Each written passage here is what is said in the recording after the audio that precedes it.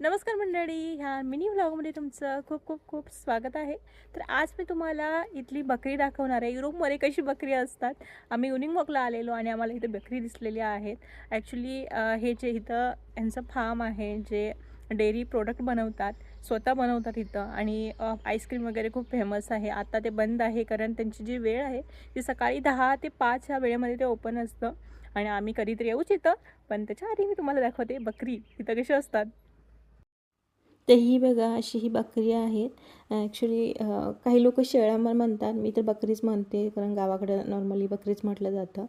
आणि ही बघा हे कसे चरतायत बकरी आणि समोरच असं पाण्याची ओहळसारखी आहे, ज्याला कॅनल वगैरे असं म्हणतात इकडं. आणि मस्त असं हिरवागार चारा आहेत आणि जी बकरी आहेत ती छान मस्त अशी चरतायत.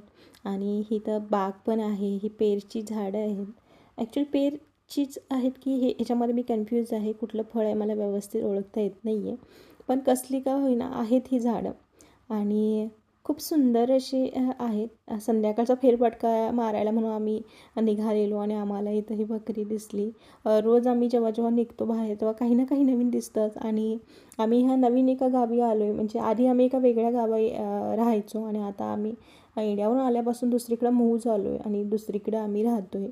आणि तिथला हा नेबरहूड आहे, तिथला परिसर आहे. संध्याकाळचं चालता चालता आम्ही ह्या सगळ्या गोष्टी बघत राहतो.